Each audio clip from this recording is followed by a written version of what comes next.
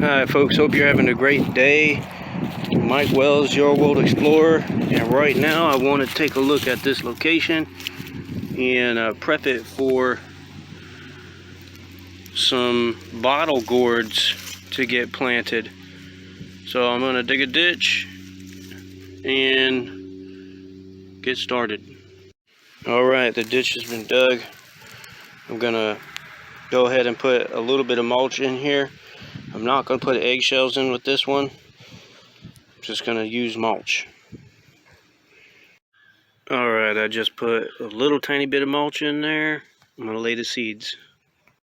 Alright, I laid the seeds in. Then I put a little bit of dirt on top of the seeds. And then I put the bigger layer of mulch on top of that.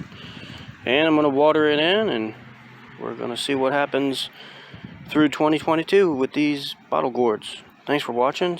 Stay tuned, because I got a lot of updates coming in regards to these bottle gourds, and don't forget to like and subscribe, as that helps the channel out quite a bit. Have a good day.